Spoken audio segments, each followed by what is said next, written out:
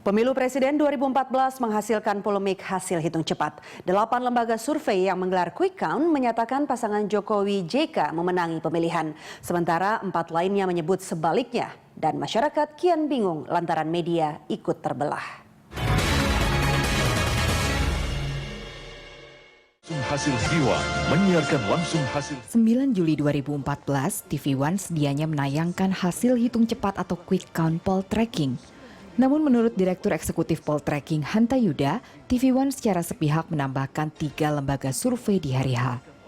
Lantaran kesepakatan dilanggar, Poltreking batal mempublikasikan hasil hitung cepat pemilu Presiden 2014 lewat TV1. Rabu 9 Juli pukul 11. Salah satu pertimbangannya kita tetap ingin menjaga profesionalisme dan independensi kita sebagai lembaga survei yang berpegang teguh pada kaidah ilmiah, metodologi dan sebagainya. Dan pada saat itu sudah disepakati bersama bahwa Poltreking sesuai iklannya juga kita bisa lihat adalah satu-satunya lembaga yang harusnya mempublikasikan.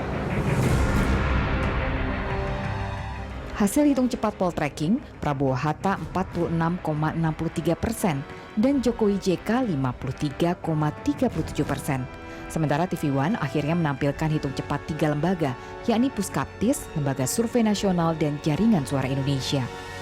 Hasil hitung cepat ketiganya memperlihatkan pasangan Prabowo Hatta unggul dari Jokowi JK. Di posko Jalan Kertanegara, pasangan nomor urut 1 juga unggul di grup MNC TV. RCTI, MNC, dan Global TV menayangkan hasil survei Indonesia Research Center. IRC adalah anak usaha grup MNC milik Haritanu Sudibyo yang menyokong kubu Prabowo Hatta. Direktur Eksekutif IRC sekaligus pemimpin redaksi RCTI, Arya Sinulinga. Dana dari televisi biasa ya, saya rasa itu tidak mempengaruhi kredibilitas, tidak mempengaruhi mereka. Independensi bukan dari soal dari mana dananya. Independensi adalah apakah hasil yang kita berikan adalah memang sesuai dengan hasil yang memang kita dapatkan. Hitung cepat dengan hasil sebaliknya datang dari lembaga survei CSIS Cyrus, Populi Center, Saiful Mujani Research and Consulting, Indikator Politik Indonesia, Lingkaran Survei Indonesia, dan Poltreking. Puslitbang RRI dan Litbang Kompas juga mengunggulkan Jokowi JK. Hasil kerja mereka antara lain ditayangkan di Metro TV, Grup Trans, SCTV, Indosiar, dan Net TV. Munculnya 2 kubu lembaga survei yang mencatat hasil berbeda membingungkan masyarakat. Apalagi hasil hitung cepat disebarkan lewat medium televisi yang menggunakan frekuensi publik.